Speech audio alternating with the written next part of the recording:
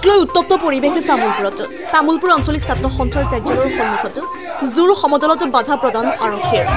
আৰক্ষীৰ হতে টনা আজোৰা তামুলপুৰৰ প্ৰতিবাদকাৰীৰ সদৌ অসম ছাত্ৰ সন্থা আৰু 30 জনগোষ্ঠীয় ছাত্ৰ সংগঠনৰ আহ্বানত জাতিধ্বংসী নাগৰিকত্ব সংশোধনী আইন কাৰ বিৰুদ্ধে আছু এজেৱাইচিপি আৰু চাহ জনজাতি ছাত্ৰ সন্থা আৰু মৰ্মন কছাৰী ছাত্ৰ সন্থাই উলিওৱা জোৰ সমদলত আৰক্ষীৰ বাধা প্ৰদান আৰক্ষীৰ হৈতে বাক যুদ্ধত লিপ্ত হৈ পিছত জোৰ এৰি ৰাজপথত প্ৰতিবাদৰ ছাত্ৰ সংগঠনৰ প্ৰতিবাদকাৰীসকলে তামুলপুৰ ভূটান ৰাষ্ট্ৰীয় ঘাইপথত সমদল উলিয়াই আনহাতে আৰক্ষীয়ে প্ৰতিবাদকাৰীসকলক থানাৰ সন্মুখৰ পৰাই ঘূৰাই পঠায় এই প্ৰতিবাদত জিলা ছাত্ৰ সন্থাৰ নেতাকৰ্মীসকল আচ্ছা এজেৱাইচিপি আৰু বৰ্মন কছাৰী ছাত্ৰ সন্থাই সহযোগ কৰে তামুলপুৰৰ পৰা ইছাদনি হৰিন্তু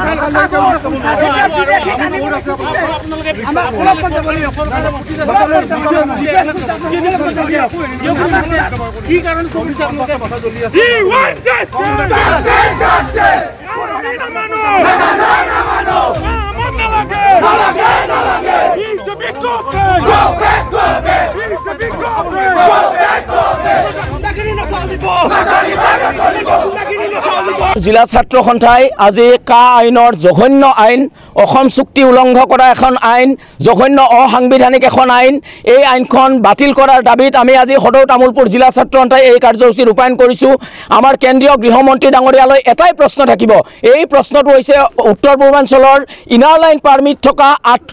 4খন ৰাজ্যৰ বাবে কাখন যদি বেয়া অসমৰ 35খন জিলাৰ 8খন জিলাৰ কাৰণে যদি কাখন বেয়া গোটেই অসমৰ কাৰণে কাখন কেনেকৈ ভাল এই প্ৰশ্ন আমাৰ কেন্দ্ৰীয় গৃহমন্ত্ৰী ডাঙৰীয়ালৈ আৰু আপোনালোকে দেখিছে এই আন্দোলনৰ প্ৰতিহত কৰাৰ কাৰণে ইতিমধ্যে আৰক্ষী বাহিনী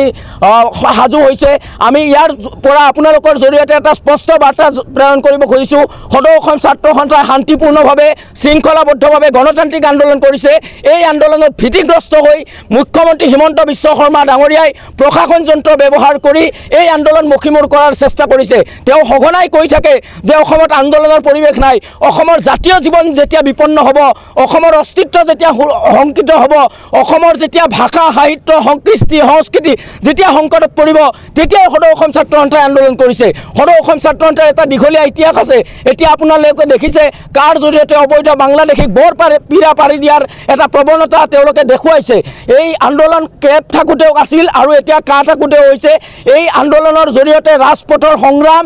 এই কাৰ্যসূচীৰ জৰিয়তে ৰাজপথৰ সংগ্ৰাম আৰু ন্যায়ালয়ৰ যিখন যুঁজ এইখন সদৌ অসম ছাত্ৰ সন্থাই চলাই নিব আজি আপোনালোকে গম পাইছে সদৌ অসম ছাত্ৰ সন্থাই ইতিমধ্যে সন্মানীয় উচ্চতম ন্যায়ালয়ত আবেদন দাখিল কৰিছে এই আইনখন বাতিল নোহোৱা পৰ্যন্ত সদৌ অসম ছাত্ৰ সন্থাই ৰাজপথৰ যুঁজ আৰু ন্যায়ালয়ৰ যুঁজ দুয়োটা যুঁজ একেলগে চলাই যাব